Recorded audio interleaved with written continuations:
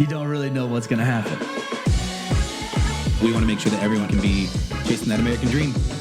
Sometimes the only way to succeed is just to not give up. Now they know the other side. All right, Mike. Yes. Episode 3 of The Other Side, where we start talking about the stuff that people don't get to see, the stuff that's not shiny, the stuff that's not pretty, the stuff that's not in an Instagram filter, the parts of business, the parts of life that are a little bit hidden that people don't want to see. It's like the junk drawer of life. Correct. We all have them. And what I believe that will be today will be true desire and grit. Yeah, I like grit. Grit is important. Yeah, today we're going to talk a lot about mindset and what it takes to get through some shit. Yes.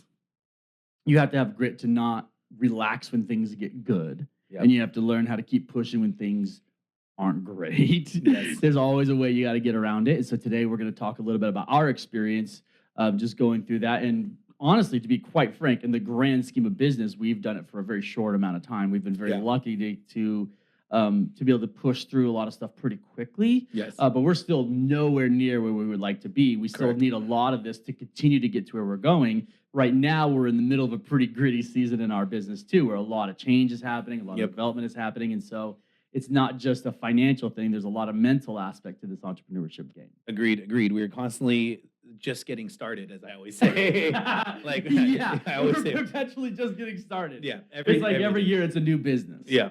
We're just getting started is one of the quotes we have on all of our Instagram page. It's like, yes, we always are. We're getting started for something new because we're never going to be tired. And we remember where we started from, which was basically nothing.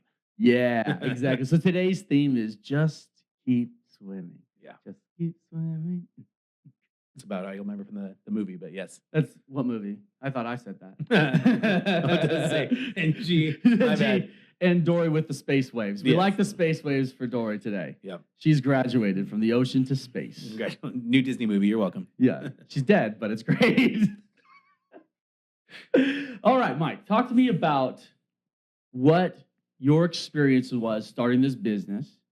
Let's talk about what the mindset was that was required to get. Let's talk maybe through some specific situations or things that were complicated or difficult or things we had to go through. Yeah. Walk me through the feeling of grit, the mindset of grit, and why that's important to an entrepreneur. Yes. So we mentioned last time, you just need to make a decision when you have courage and just jump, right? Yeah. So I would say that's part of the grit right there is when you just feel like it's the right opportunity or it's the right moment, you just feel it, you just say yes and you figure it out later.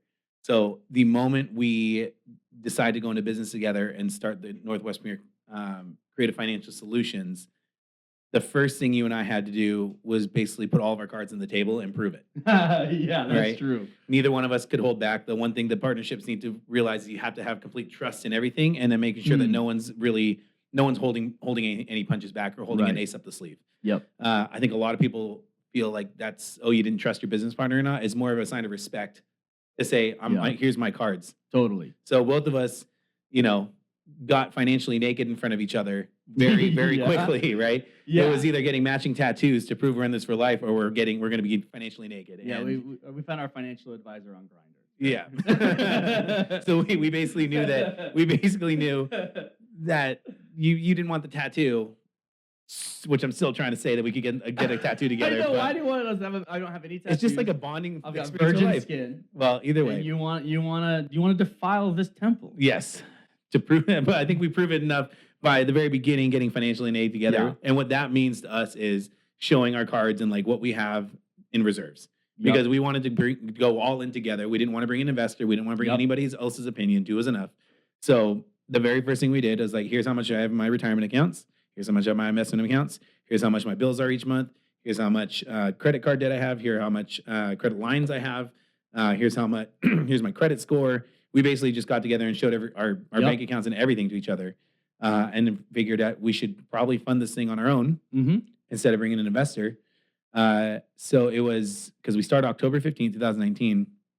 I would say we made that decision probably in January once we actually got this thing up and running and everything. So I remember looking at my 401k again, going back to being at the warehouse before. I didn't know shit about money, but the one thing I was blessed on was my old manager suggested I put in a 401k at 18 years old. Yeah. And he explained it to me you know, give me a $5 bill. So I did, and he gave me $10 back. And he says, we match 100%. Just do it. You'll barely notice it. And that actually, I will say his name 100%. Like Will Lind is the man who actually helped me get that going, because that is what I ended up cashing out in order to start the. Thank you, our side. Will. Yeah. So Will Lind, if you're Honestly, it was a lifesaver. yes, because Thank you, Will. What we got really lucky on was when we decided to make this move and dump everything in. We cashed out. I cashed out 401k Very top. the end of February. Yeah. And in 2020. Yeah. Before shit hit the fan. So Yeah. I was at the peak top of the market. Yeah. And that money was designed for the company specifically. Yep. But ended up actually floating me and floating, both of us like Totally. to actually paying bills and just getting through that whole season. Yep. Right. So not a lot of people are going to go to that length. I know I got called an idiot from a bunch of people. Even my parents thought I was, we're very open about like, you're an idiot for doing this. Like you're going to cash out My your 401k. parents were very open in how disgusted they were. Yeah, I know. I was like, sorry, Mom. Sorry, Mom. I love you. Yeah, they thought, the way it should be was, you go to college, you graduate. It's the Canadian way. It is the Canadian way and the American way. The old traditional way of the world was, you go to college, you get a job, you get married, you have a kid, you retire at 65 and live your life, right? Yeah. So they thought I was an idiot for doing that. But again, For not doing that? for not following that path. Oh, yeah, exactly. So I just 100% was bought in with our vision, bought in with the mission. I was like, you made a good point where like we could turn that 40 or whatever into the 401k into, triple 20 times sooner than your 59 and a half. So I was like, screw it, we're all in, let's do it. Yeah.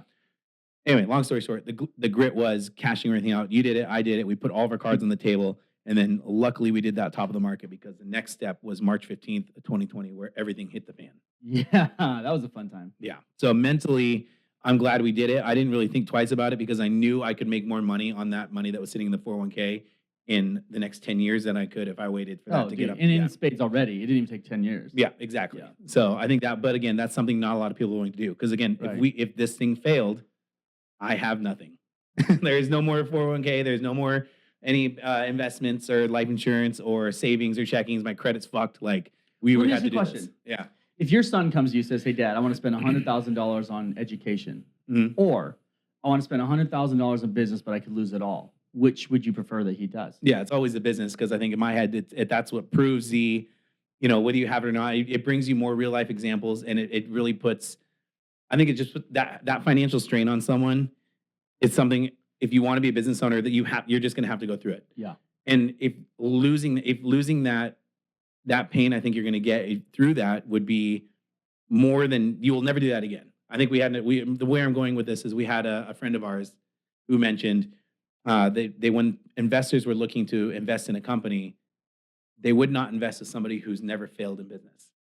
Yeah, that's right. I forgot about that. Yeah. That's a great point. And that's because I want to know that you fucked up a couple times and learn from it. Yeah. Otherwise, you don't know that pain of what it feels like to lose somebody else's money. So I think I would instill that same thing on my son. It's like, listen, I want you to do what you need to do. And if you fail, it's a good thing in the sense of like, hopefully you learn from it. Right. And you know that pain, you never want to go back there again. So now let's readjust and figure out what to do next. So is it just an illusion that if you fail, you have nothing?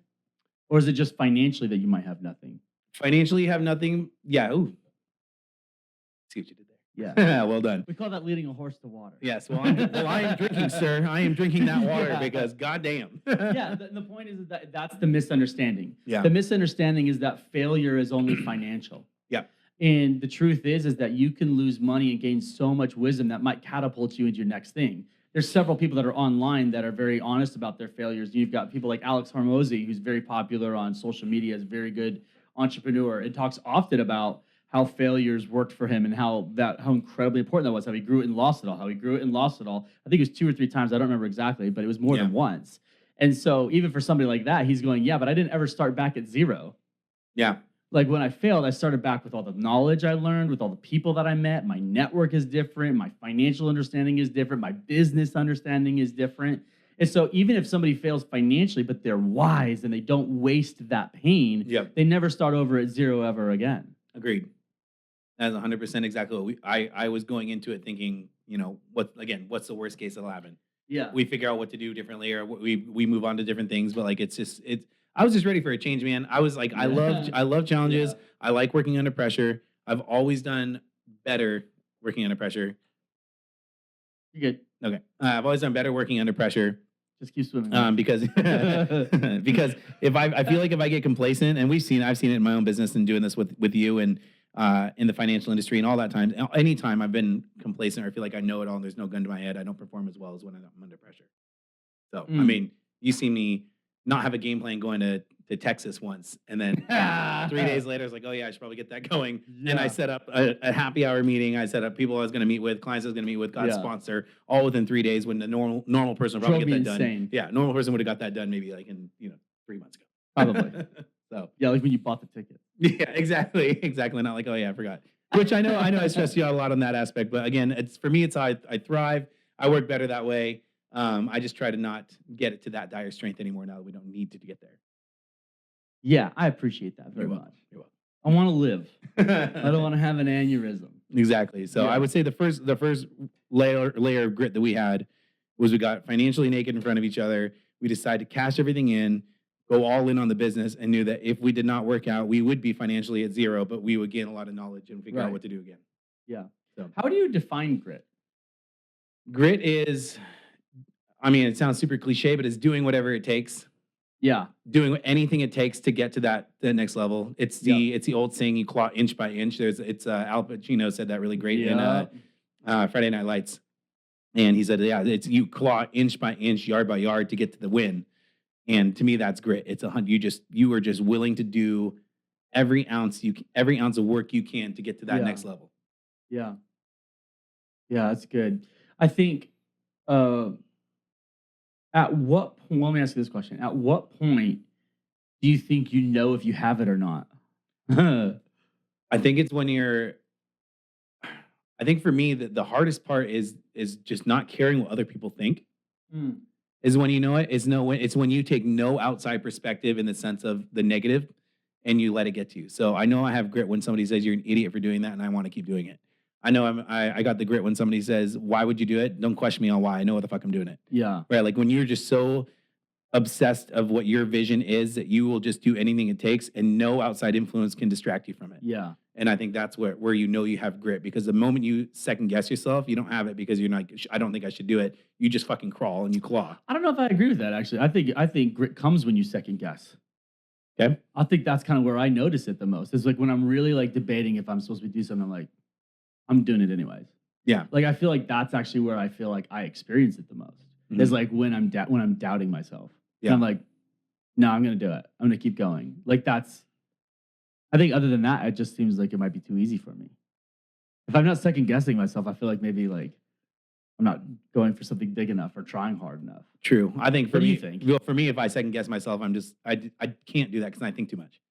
And if I think too much, I interesting. talk myself out of it. Look at us figuring shit out, Well, just talking to each other. I know. All these years. I think one of my favorite things that you ever we ever said, and like I've told this to a few people, and they actually have genuinely said that was like the best golden nugget they've ever heard. And it was, I mean, not to my own horn, but I'm like a master salesman. Like I am the fucking best out there.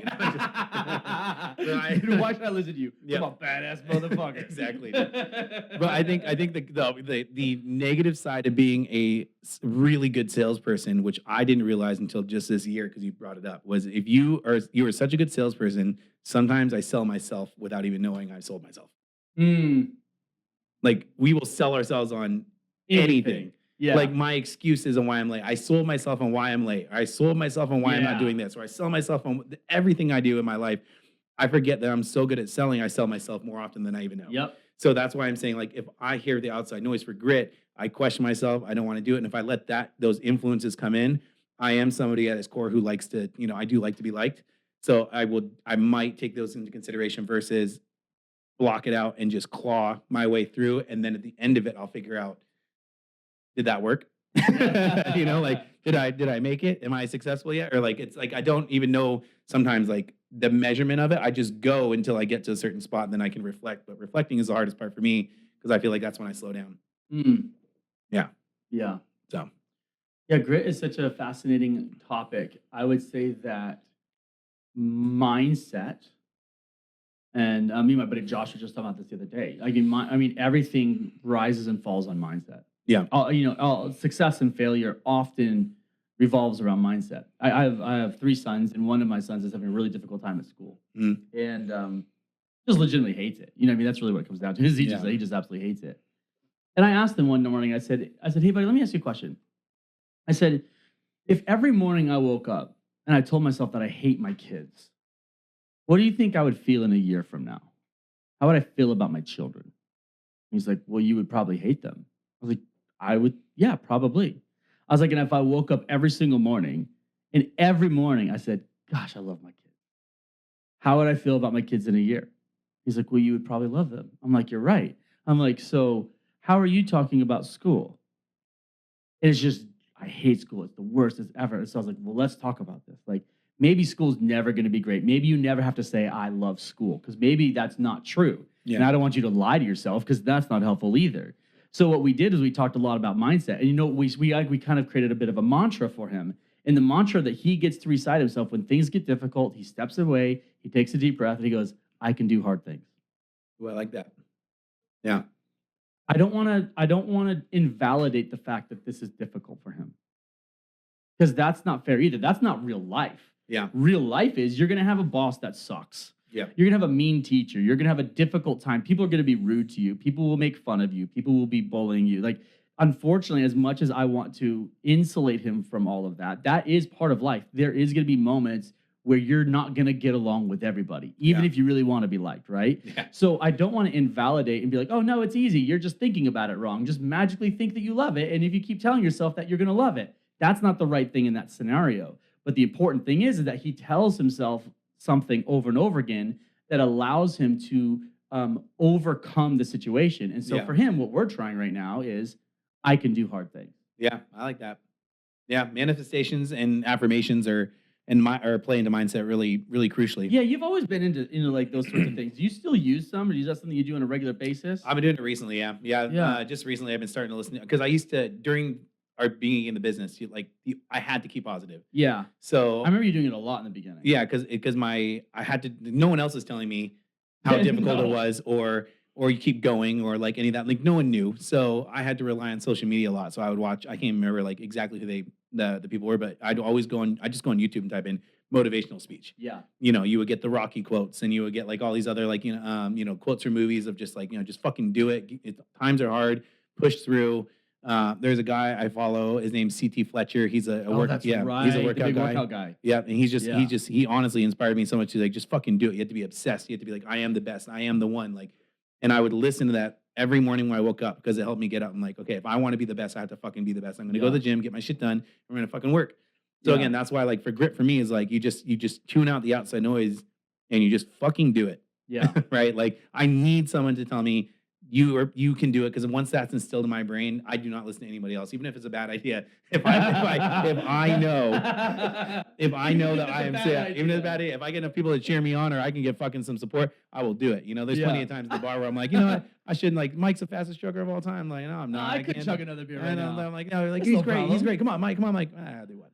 You know, like if I get enough people, like I do get influenced by. They're like, "Where's Nathan?" Like he left an hour ago. Exactly. Well, let me get my business partners. Oh no, he's not here. Okay, let's do it. Just don't film it. So it's but if I'm influenced by words of affirmations, and then people like really pushing me. So in those times, in order to get grit, because I had no one else, I had to rely on social media super heavily. Yeah. In order to be able to push forward. So I listened to a lot of motivational videos that just said, get up, get your shit done. If you want to be the best, you have to prove it and act as if. Yeah. Yeah. I think for me, grit showed up most because I what a lot of people don't know, but you know, is that when the beginning of our business, I was dealing with a tremendous amount of depression as well, which was a really fun time to start a business. Really good combination.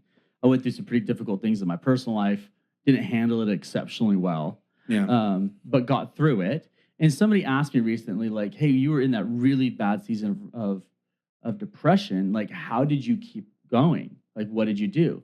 And you know what I told him? I said, I know this. He was. I was like, Mike has the best back rubs. Oh, it was. Goddamn. I was going to say, I was like, shit. It wasn't, unfortunately. What it was, even though that was part of it, what I did for myself, though, was I actually set a reminder on my phone, and to this day, it still goes off at 9 a.m. every single day. And what it says every single day at 9 a.m. is keep going. That's what it says. Keep going. And the idea there is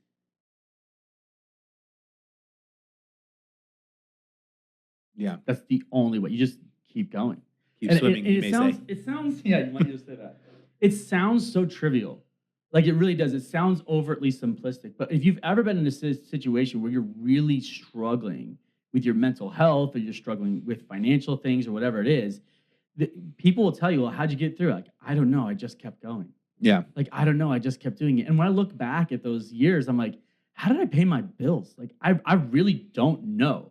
Like, the math isn't mathing, is like me and my girlfriend's like the math ain't mathing. Like, I don't understand even how I paid everything. I really don't know.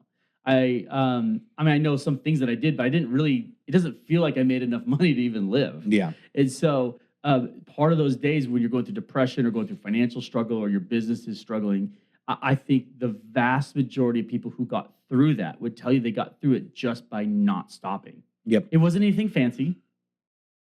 Wasn't anything really that cool. Yeah. Nothing you'd write a book about. It's like How to Get Through Tough Times by Mike and Nathan. Page 1. Don't give up, you little bitch.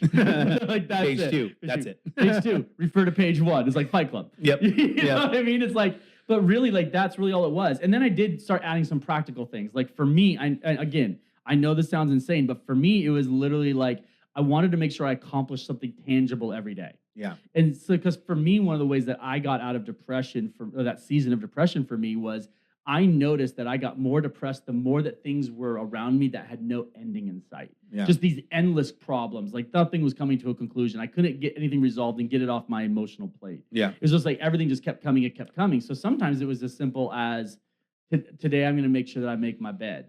Yeah. You know, and it wasn't like a Jordan Peterson, get your task. life all done. It was like, hey, listen, I need to know that I got something done today so that I can be like, okay, well, this is what at least I did. Yeah. And I remember there was times, and I honestly can't believe I'm sharing this publicly, but I do remember that there were times where, like, for me, making my bed was a very difficult task. Yeah. That was how low my capacity was at certain points in my life. And so for me, it feels like a win to just know that I did something that day. Yeah. Yeah. I clean my car. That's what yours is? Yeah. Yeah. Because I know like it just I'm in it. I'm driving. I feel good. Yeah. Like it is. I forget that's what I would do without knowing I was doing it for that purpose. Yeah. Was just clean my car because I'm like, a task is completed and I feel a little better about myself. Yeah. Yeah. Because we would do, again, the grit aspect of things is like, it's not just going all in like we were doing, it's then clawing your way to the end or to the next stage. Let me answer this question because I think it's interesting. How do you feel? Like, so we've talked about how we let go of the payroll part of our service, right? Yep. So we let go of the payroll part of our service, but if we kept grit and we were just like, we're going to keep pushing forward, we would have kept clawing forward to no end. Yep. At what point in your mind do you know, okay, this is no longer about grit, this is now unwise, and this is something that I need to actually change? Yeah. Like to keep going would be inappropriate. Yep. It's data. The moment, I mean, we had a year of data and we looked at our numbers and like, it's just not working. So you got to cut the bag off. That's a great right. point. So grit is something you just, again, like I said, I will have no influence from the outside and I will go not even knowing, the end result sometimes, but I'll get to the end and I'll look back and be like, oh yeah, maybe I shouldn't have done that. Right. Yeah. It's the exact same thing with the business. We tried it and everyone said not to do it. And we didn't listen. Right. You claw your way to the end and then you get to the top of the mountain, you look back and be like, oh yeah, I didn't have to bring this fucking water heater up here or whatever, or whatever, something. You can just cut off the what didn't work and then you move on. Was your analogy just then to carry a water heater upstairs as something you didn't want to do? I was thinking about like Mount Everest, but I was like, why would I carry a fucking water heater to Mount Everest? Well, but the point is, you got baggage you can just cut out. Mount Everest just seems like the normal. You just gotta climb Mount Everest with a water heater. With a water heater, because that's a clip that makes sense out of context. Yes. So that was it. That was it. The water heater did not work, so we let it go. And we just let it roll down the mountain. We did. So that's it. It's not just all, again, one more time, it's not being all in. It's like we were all in. That was the first sign of grit. Like we're just going to fucking make this work. Second part was crawling our way through and doing anything we could to make this work. Because there's plenty of times where you and I were like, we're 4 months in, we've made like 2 or 3 sales. Dude. We're having a hard time trying to figure out like who are we, what we do, our company name, our logo, like where to put money. Talk about what we do. Yeah, just shit. Because our entire lifeline got cut when we couldn't go network and meet with people for lunch and do what we did originally to generate sales. Right. So we had to do anything we could. And that's where most people would say, fuck it, I have 4 months left in my savings account. I'm going to go get a job. Well, I remember we talked about that too. Like, I remember being like, man, maybe I should just go like make coffee early in the morning and like, work from like 6 to 10 at like a coffee shop or something. And then I just remember so clear as day, like I corrected myself and I was like, dude, if you're willing to work 4 hours in the morning for somebody else, get your ass up early and work 4 hours for yourself. Yep. Like, okay. So then I was like, okay, well, I guess I'm waking up earlier. Yep. Like, if that's the solution to make money for somebody else, like, I guess I'm just going to get up and try to find a way to make money for myself instead. Correct. Yeah. So I think that knowing that both of us weren't going to take another job, but we still needed income and we still need to do what we need to do to get the company going because you still got to pay bills, right? So yeah, we had, we did all kinds of stuff during COVID though to pay bills. Yeah, well, I mean, like I said, cashing out the 401k for me was like the only thing that kept me afloat, which allowed me to do, which was a blessing because it allowed me to stick in sales and in marketing and figure out how to bring in clients. For you, it's like you had, I think your bills were a little more because you got 3 kids, and everything else. But it was, and a couple other things. But you had to find a way to make money as well. So that was challenging. Yeah, man. Remind me again what you did for making money during COVID. One of my buddies started a medical supply company, and he was like, "Hey," I was like, "Dude, I want to get in on that. I want to like find a way to do that." So he just set me up as a 1099, and literally, I had a relationship through my parents of a store in Alaska that was like a store that did like stuff for restaurants, like a restaurant, like a supply store. Yeah. And so I was literally like shipping hand sanitizer like on barges in Seattle and sending it to Alaska and like working these deals. I knew nothing about anything, but I was like, okay, I know that I can make connections and I know people and I know if you need this product and I can find this product, let's come to an agreement, right? And so we would just price it so I'd make a little money on it. That's how I paid for a lot of stuff, was like selling that stuff. I think for like there's a local university, and I sold them like I can't remember, it was like 5 or 10,000 little thin aprons and stuff like that, and just whatever I could possibly do. Tons of gloves and just trying to get anything that we could possibly do to sell and ship and get it into the hands of somebody who wanted to buy it. Yeah. And I just did it. Like I don't know. I talked to people about any sort of thing I could do. And I was like, whatever I could do that required me the least amount of time to get enough money that I could keep working in my business, that's what I'm going to do. Exactly. So I didn't really do anything. I never really had another job per se, but I was like, hey, I can make 10 phone calls a day easy. I don't have too much business that I can't do that. Yep. We're broke. So it's like, you just got to do what you fucking got to do sometimes. Yeah. And so for me, it was, I was willing to put in a certain amount of effort, and that certain amount of effort gave me enough income to keep paying my bills and really nothing more. Yeah. Just paying my bills and still work on the business. Yep. And that, again, that's the part of the grit that people don't forget. Most people would have given up, gotten a job, right? Seen the writing on the wall, and they would have, again, like you mentioned, work for somebody else instead of working themselves, which is going back to, I don't want to take out a loan on the business because I have debt now. And what if I can't pay that back? Right. Right. It's the same thing. It's like you didn't believe in yourself enough. You believe in yourself enough. Like, I'm not going to go do this for somebody else. I'll just get up earlier and I'll find, like you said, the most efficient way to make money while I can still work on my business. You just found a way. And that, again, is grit, is finding a way to fucking make it work, clawing inch by inch. Can ego and grit coexist healthily? Yes, but it's like, I don't think it's a clear and black and white answer. Because talk me through it. Yeah, so I think with ego, a lot of people misunderstand ego. And for me, ego is a combination of confidence and cockiness. Because you have to have a little bit of cockiness, but not more. It can't be overpowering over the confidence. Then you're just an arrogant fuck. Exactly. You're a douche. Right? The cockiness will get you to the confidence, but then eventually the cockiness almost leaves you. So you have to have a little bit of cockiness first, in my opinion, because you're like, okay, a little bravado. Exactly. I am the best of this. Swag. Yeah, exactly. You got to be like, no, I am the best. As the kids would say, a little riz. Yes, you got to have the riz. The Rizinator. The Rizzler. God. That's my rap name, the Rizinator. Another reason why I should never be rapping. We're going to go through that throughout the next 20 episodes. Like, here's all the reasons also to sum up why Nathan should not be a rapper. Over this last year, we found 67 reasons why Nathan should not be a rapper. Exactly. Number 3 is he's going to name himself the Rizinator. Terrible. Yeah, but you got to have some charisma. You got to have some swag. You got to have a little bit of bravado. Exactly. But ego is when you don't listen to the data, in my opinion. Ego is like, no, I'm going to keep going. You're like, dude, just because you're not the best at it, you have a year's worth of data. Like payroll, ego would have been us doing payroll still more. We would have kept doing it. I'd have been like, no, we're going to figure it out. We're going to continue to figure out. Do we have a year of data that doesn't work out? No, I'm going to make it work. I know I can do it. Like that you're not listening to the fucking data. And it's different than listening to people. We're listening to numbers. Yeah. Numbers don't lie. Yeah, and there's like a weird tipping point for every single entrepreneur in that decision, right? Like, yeah. I remember you and I were listening to, oh gosh, I forget the lady's name, but she has like one of the most popular makeup brands ever. And like Oprah Winfrey? No, Oprah Winfrey. No, but it was some white lady. I can't remember what her name is. L'Oreal. I forget what her name is. I apologize, fancy person. But the way that she was like up against it, and like they were like on the verge of bankruptcy, and she's now like the queen of like QVC, or like what's the word, QVC, the online shopping thing. And Lori. No, not Lori Greiner. If you looked it up, you would find it. Okay. I can't remember. Look it up on your phone because you'll see. Okay. She does makeup, but the way that she got so popular was they were about ready to not make it, but on her final attempt at selling on TV, she had a spot. She literally wiped her face off, like wiped the makeup off of her face. It showed that she had like this really red skin. It was like she has like a skin issue. Yeah. And which is the reason why she started the makeup thing in the first place, was because she wanted a healthier makeup for people who had skin issues. Yeah. And so she wiped it off and like removed all of her ego and was like, here's what I really look like. Yeah. And the sales went through the roof.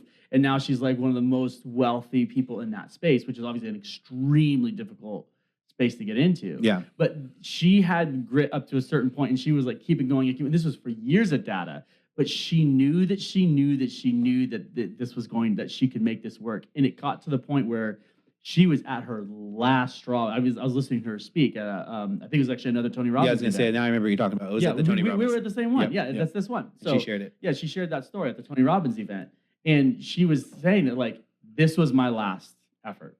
Yeah. This was all I had left.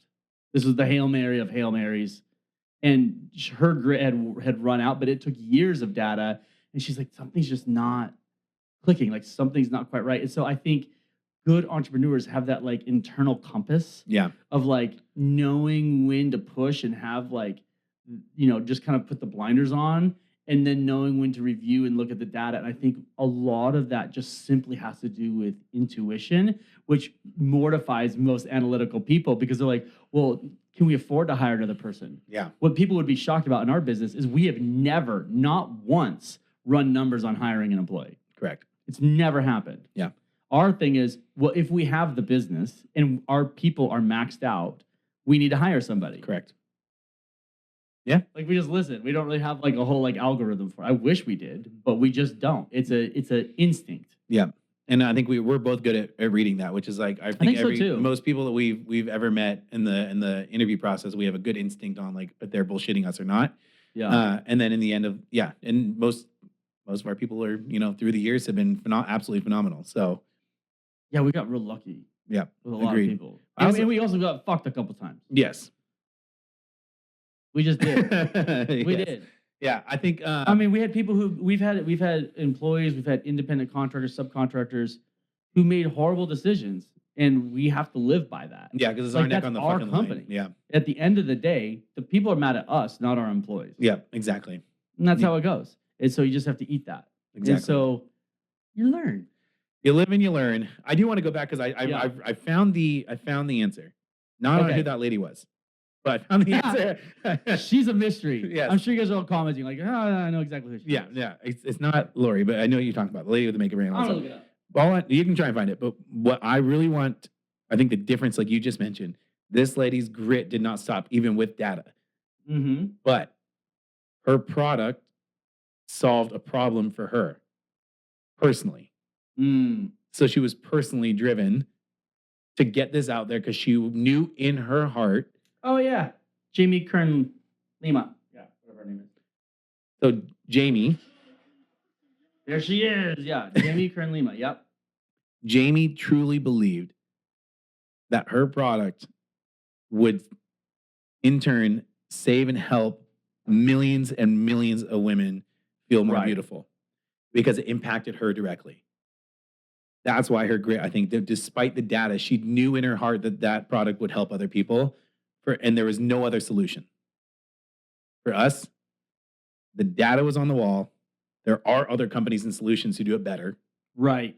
And it wasn't affecting us personally enough to be able to continue to push through that data. So that's a completely the difference. So if an entrepreneur believes that they're like, this is the grit is I am the solution, I am the one, this will help millions and millions of people. It needs to get out there. That grit and not listening to the data is different than what the data we were going for, where our why wasn't as strong for payroll. And there are other companies that are doing that. Yeah, it's a commodity in a lot of ways. Mhm. That's a great point. So I think in the second episode, you were talking a lot about how young people who are, I shouldn't say young, but people who are newer to entrepreneurship need to really figure out exactly why they're doing what they're doing. Yep. And so you just mentioned that excellently. That the idea here is what keeps you going through grit is understanding exactly what you have and why you have it and like what you're actually trying to accomplish. Exactly. Right? Yep. And so I like that idea of being in a business that you understand and value it, personally understand and personally value its impact. Yes. Agreed. Remember when you used to try to sell what was it, Advocare or something like that? No. Mm. Yeah, I do. Shifty little beady eyes, my little jalapeno. Oh man. Yeah. Hey, you're wearing that shirt now. You're really my little jalapeno. Yeah, I know, perfect. I wore this color just for you. Maybe that's why you like that color so much when we were looking at color palettes the other day. Oh, probably. You were like, I've seen that color before, and it always makes me so happy. I don't Where know was what it? is. Yeah, I don't know. Now you Oh, know. it's Mike's t-shirt. Now you know. Yeah, I do remember that. So for me, again, one of my strengths in sales is when I believe in it. It's just so easy for me to sell it because I truly know it's helping other people. Right.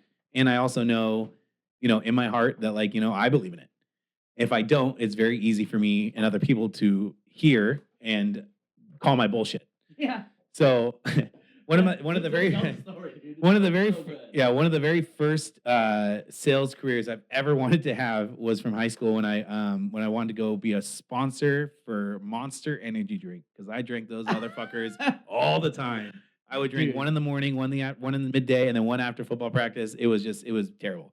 But I was like, I believe in Monster so much. Like, it's my favorite. I like the brand. It looks cool. Like, I want to be a part of it. I wanted to go sell Monster. It helped me with everything.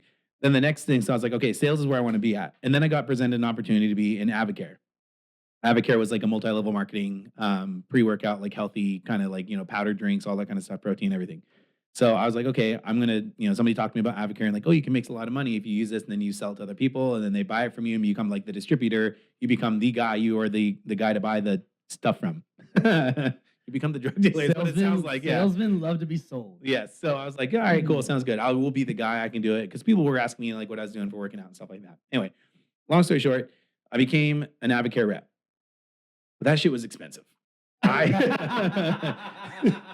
I would get a discount if I could sell enough of it where I would basically be getting it for free. So I was trying to sell Avocare to people so I could get it free for myself. So it was a selfish thing. And knowing that I wasn't buying it for my own personal workout routine because it's too fucking expensive. I go on the black market and get like $30 fucking pre-workout shit that no one else could get. Stuff that like makes hair grow in your eyeballs. Exactly, just godly amounts of caffeine and shit that I probably shouldn't be taking. But I went to like the cheaper route and I was like, it's $30 for this thing that's on the black market that'll get me freaking swollen, pumped, and all that stuff versus the stuff that's $70 for the same freaking tub, but it's healthy. Right. No, fuck that. So I don't have the money for it. So I was trying to sell this stuff, but eventually I couldn't sell it because people were like, well, what package are you using in the Avocare? And I'm like, this one's really good. And they're like, okay, I know it's good, but which one are you using? You're like, all right. I was like, listen, I don't use this shit, bro. Let me tell you how it really okay. So here's why you want to get this. Because if you do it and you sell it to other people, you can make a lot of money too. And he's like, well, what are you using though? I'm like, I'm using this shit over here on bodybuilding.com. Go check it out. $30. Yeah. And I think I lasted a whole month in Avocare because I couldn't sell it because I didn't believe in it. Didn't believe in it. Didn't see the mission in it. I didn't really understand multi-level marketing at the time because it was one of the first products that came out that was like that. And it just wasn't for me. So if I don't believe in it, I can't sell it. And I think if an entrepreneur doesn't believe in their dream, what they're selling, it's not going to work for them either. Because again, you have to be absolutely obsessed with your mission, your why, and the drive. Yeah, it can't just be a financial thing. Yeah. If you're just doing it for money, I think it's going to be challenging. I mean, there's a certain point where maybe you become a venture capitalist or, maybe you're an angel investor or something like that, where you're literally just looking at the dollars and cents and, is this somebody else's vision that I can support financially, something like that. But if you're going to be the one running the ship, then you're going to be the person making the decisions. Yeah. You have to believe in what you're doing because it's too difficult to do it from a mental, physical, and financial standpoint if you don't really believe in what you're doing. Agreed. And that's it. You have to fully believe what you're doing. And I mean, it's the old analogy or the metaphor, whatever it is, like the captain goes down with the ship. It's like you just Right. you're on it. You're the one who steered it. You're the one who, if it's going down, it's usually probably because of you or something happened. It's your fucking baby. You gotta go down with it. You don't bail ship and Nah, go just find a get a job. life raft to call it a day. Be Yeah. like, sorry, ladies. I'm I'm out. See ya. relating to the Titanic. That was one of my favorite scenes ever. Was when the captain went in there and he locked himself in and told everyone go get on the lifeboats and do your thing. That was your favorite scene? My favorite was when the ship split in half and the back of the ship came up and somebody fell off the very back of it, flowed down, and then it hit his knees on the propeller and spun all the way. That was back pretty down. gnarly. I do remember that. That was pretty gnarly. Yeah. But It was right at the beginning of the second DVD. yeah, we had to put it. Oh shit! Second DVD. Time to get some more popcorn. Yep. Oh man. Enjoy this fun little ocean ride we've got going on. Yeah. God, that was fun. My favorite. I thought you were gonna say your favorite scene was the rose scene where she was getting painted by Jack. No. But my bad. You know what my favorite thing about that movie though? What? The surprise ending. Which one? Oh, the with whatever. Yeah. Yeah. No, it's the boat sunk. Real exciting movie. More like a documentary. We already knew it was gonna It's happen. like, dude, I already know. I want to sit here for 4 hours. I know the ship goes down. Yeah. I know what happens. It was beautifully done. I thought it was one of my favorite movies. But How do you feel about the fact that there was like plenty room for 16 people on that raft? that part was quite annoying too. But at the same time, we also agreed that there was plenty of room for Jack on the boat or on the door that Rose was floating on. 100%. It wouldn't be as good a movie. It's one of the great movie faux pas. Yeah, they need to just go back in there and make it a little smaller. So it's like, okay, like CGI. Yeah. Just go make it like she's Redo the hanging out redo. on like a little 2x4. Exactly. She's just like barely making it. Just do the whole movie. Say redone movie. It's the exact same movie, but at the end it's just a 2x4 thing she's barely holding on to. 2x4. Like, that makes sense. Oh yeah, that well makes done. sense. Well Yeah, done. yeah. But you see, like, never mind. No, we can go going there, but either way, Yeah, we gotta stop on that one. either way, it's something you believe in. You gotta know your why. Your grit is because you believe it'll help other people, and you believe it. You've proven that, or it helps you, and you just keep going despite what other people say. Yeah.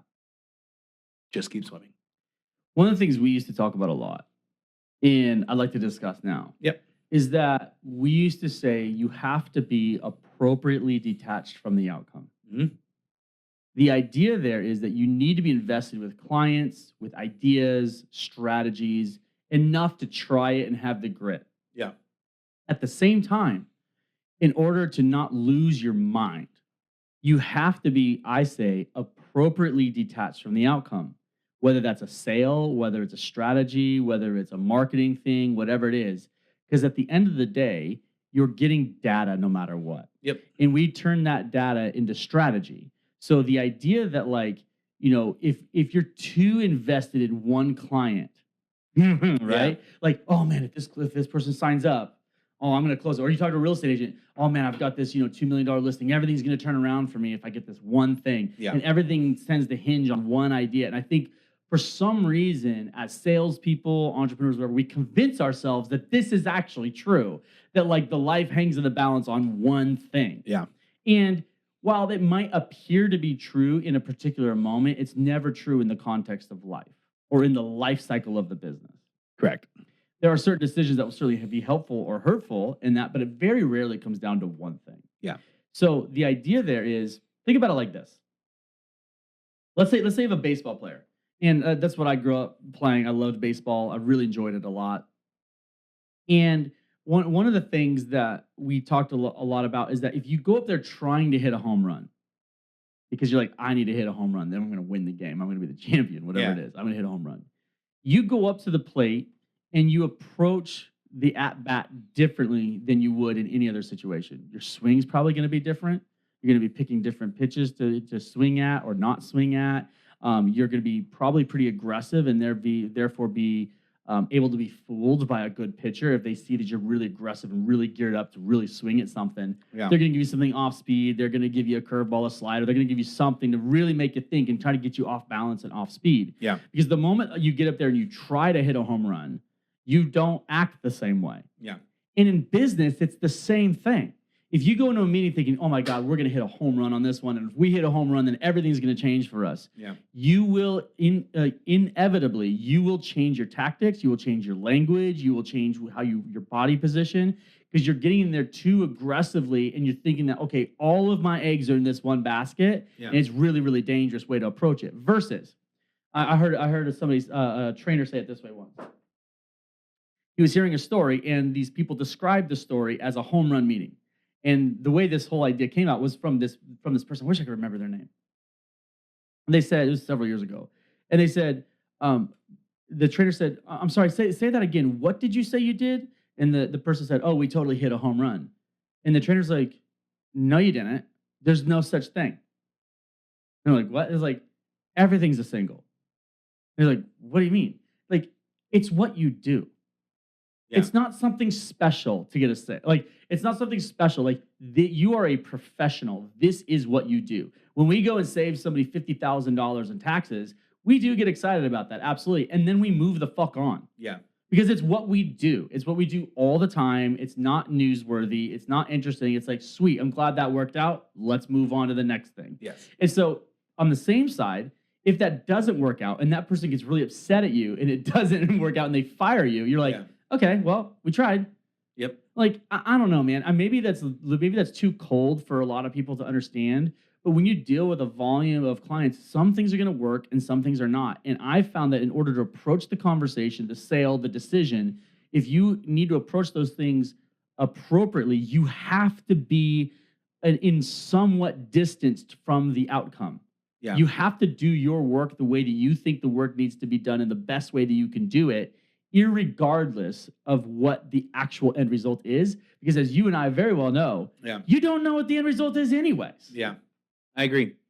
I agree 100%. And I mean, I look at that baseball analogy more so. I'm like, just if you find like, if a cute girl's looking at me or something like that, I forget how to walk. I'm like, am I walking weird? Am I like, I was like, is my shoulders relaxed? Yeah. Like, I'm like, dude, just like, fucking walk, man. And like, well, I've never in my life thought about how I walk, except unless I'm under like, oh shit, she's looking. Like, wait. The only time I feel I'm so self-conscious about how I walk is when I'm in a crosswalk and there's like cars like at the red light in front of you. Well, that's what I'm saying. Yeah, or that too. Yeah, or that too. You're like, shit, am I walking weird? Should I walk faster? Like that awkward jog. Are my shoulders moving? Yeah, exactly. You just overthink it when the pressure's on. Yeah. You overthink it and just like, dude, just fucking just walk, man. Just walk. So I guess what you do. Yeah. I mean, it's no different than like a prize fighter going in. He's just looking for the knockout. Yeah. It's like, dude, you're gonna get handed. Just remember your fucking tools and what you got to do it, and their opportunity will show itself, and you fucking get it done because that's what you do. Take courage and capitalize on the moments that you see the opening. Exactly. You can't just go in there all cavalier. It just doesn't work. Agreed. So I think that idea, maybe that's helpful for somebody who's listening. It's like maybe they're getting really frustrated and worked up, and the highs are really high and the lows are really low. They're probably too attached to the outcome of every situation versus there's going to be another person I could talk to tomorrow. There's going to be another house for sale. There's going to be another business to buy. There's going to be another opportunity to grow this. There's going to be another opportunity to provide for my family. Like you kind of have to get in that mindset of like, there's plenty. Yeah. Like the mindset of like, there's plenty to get out there. There's plenty of business. When we look at like real estate agents, it's like, we would be a massive company with 1,000 real estate agents and there's like 3.5 million licensed agents in the nation. Yeah. So it's like a fraction of a fraction of a fraction of a percent. And we're like, we somehow think that's success. It's like, we haven't even touched 99.7% of the population who has a license. Like, this is crazy. Yeah. And we're working our asses off. And so it's like, at the end of the day, there's plenty. But that confidence in that, what we're talking about though, is easier now that we've been through it. It's harder. It was harder to remember that when we were at the very beginning with COVID and barely making it. We're like, fuck, dude, every sale did feel like it was the biggest sale. So it was for me, it was like the way I shifted that in the sense, like, I really do need this fucking sale was the confidence aspect. And again, it's going back to like the act as if, like, it's a grit, right? Like, I am so passionate in what I do and believe that I'm just going to walk in there, know I am the best at this exact thing. And the other part that helped that a lot was knowing who our target audience was. Right. Right. Because it's, like you're mentioning, it's okay not to be a good fit. You don't have to get everyone to like you. Everybody's like, oh man, I want to work with everybody or anything. You're like, guys, like, come on. You got a $2 million listing that's about to happen for you, but that client's a fucking pain in the ass. They want they're gonna like tell you exactly what to do, how they want to do it, and they're gonna take over your show. You really want to work with that person? Hell no. Even though the money's like right there, it's like you do not want to jeopardize your beliefs and your values to make that dollar and chase it. Because then what Yeah. does that say about you and then your reputation going forward? To your point. Mm. So that's why I'm saying like you're mentioning when we were going during the COVID times, it was like every sale's a big sale. I had to realize, okay, it may not be a good fit, but in my head, just make more calls. Yeah. Like if I this doesn't remember, work, I remember having conversations. yeah. I'm like, hey, you're welcome to work with them, but I'm out. Yeah, Like, we would have some conversations like that, and you would do the same thing to me, like, hey, I don't know if that's a good fit for us. I don't know if we should be doing that. We tried different things and got into different industries, and honestly, we didn't do a great job on some of those. Like, that's just the truth. Like, Yeah. we realized this is not the kind of work that does well for our company and what we're trying to accomplish here. Correct. Again, going back to trying 10 things to find the ones that work. It's like, and the problem is you're trying and learning on somebody else's business. Exactly. And yeah. I don't like that. I take that very seriously. I'm not calloused about the outcome. Yeah. I just don't think you can mentally survive if you're riding and rising and falling on every single, opportunity you have. Agreed. At the end of the day, at some point you gotta even out. You gotta breathe. Yeah. Realize there's tons of business out there. If you're in an industry that doesn't have a ton of business, just pick a different one. Yeah. Like, or a do different something niche else, too. or a Because different niche in yeah. the industry. Like, do something. Find some way to open the door to more people. Yeah. And I think that was, I do remember very clearly there was one person I wanted, and I brought you in because I was like, all right, this person's a hard one. I can't, like, I got him on the hook and I don't know how to like close it. And I was having struggle. But the reason I was not detached from the outcome was because of the producer was a high producer. And like, this person's, if we got her, this would be big for our portfolio in the sense of who we work with. But then again, you reminded me, like, after that phone call, you're like, if she's nickel and diming us for like a difference of $10 a month, do you really think we're going to have a good success rate with her as we grow our business? And I had to think about that. And so you're right. It's not just because she's a high producer and help our portfolio, the personality match wouldn't be good. And then if we brought her on, she would just leave anyway because we wouldn't do the job that she wanted. And then her what? was, and then she's going to go talk shit or whatever. And Yeah. it wasn't a good fit. So again, that helped through a lot of times was relying on you to remind me that it's okay if we're not a good fit. Yeah. Those are hard decisions. Mm-hmm. I don't like those decisions. I mean, again, I feel like I can come across as maybe disconnected or callous, but those are decisions that we really agonized through and thought through. I remember me and a gentleman talked on the phone. Through the conversation, it was just there wasn't like that flow or that vibe. Like, it wasn't like there was no momentum in the conversation, but he decided to sign on with us anyways. His major concern was the price. And I remember we agreed on everything and moved forward. And I remember we communicated shortly, like the same day. It was later the same day. And I remember, I believe it was an email I sent this person and outlined everything that we had agreed to. And then the last paragraph I said, in my experience, when people's number one concern is price, that the relationship doesn't last very long and it doesn't end up being very good. Yeah. And I said, I think it might be better if we actually just cut ties now and don't move forward. And you know what he did? He wrote back and goes, I agree. Yeah. I was like, yeah, that we saved ourselves some very negative press. Now, from my perspective, I respect that person more, and I hope that person respects me more because we just go, before we even get into this, let's just call a spade a spade. Yeah. This isn't going to work. We both know it's not going to work. This has got traumatic breakup written all over it. Yeah. You know what I mean? This has got red flags written all over it. Yeah. Still be able to step back and have that confidence of we're not going to be the right fit for everybody. Yeah. It's just never going to happen. First of all, we both have reasonably strong personalities. Yeah. And not everybody likes to jive with that. Like, that's just, we're not everybody's cup of tea. And that's fine. I don't need it to be. I just need to be some people. Yeah, agreed. So I think if you're going to start a business or you're going to jump into entrepreneurship, again, you have to have that grit. You have to be all in. You have to have the confidence, and you have to learn from the data. What you're just mentioning right there is, I think that knowing that target market that you're going after will help with that. Not thinking every fish is the biggest fish out there. Yep. Because if you know your target market, now again, you can adjust the target market, right? You may say at the beginning, I only go after this type of person, and stick to your guns, and sometimes stray away, but collect that data. And in a year from then, be like, okay, I'm not as good as I thought at that target market. I'm going to shift. But at least, even though you turned away some people who weren't in that, you had the right data for it, right? Right. You mentioned that with real estate agents quite often. You say, like, listen, if you go after, you're like, everyone wants to be a luxury agent, right? You say that story very well. Everyone wants to be a luxury agent, but if you're just, it just might not be the thing. Yeah, you want to be a luxury agent, but you've never sold $1 million house in your life. And then if you do sell one, you just didn't like the process, you didn't like it, it just wasn't a good fit, but you dominate the industry where you're first time home Crush buyers. first-time home buyers, but you want to, advance. Because that's what the look on social media is. Like, you want to be the luxury market. Dude, like, but what if you're not good at it? I know that's Yeah, that's so good. So you gain the data. So again, you may want to jump in the luxury market and say, like, at the beginning of your real estate career, say, I'm going to do that and do everything you can. But after a year, if you haven't sold any luxury markets, but you've dominated the breadcrumbs or something like that, if you would say that when you're in the luxury space, like, I'm working all these smaller deals, but not the fucking big ones.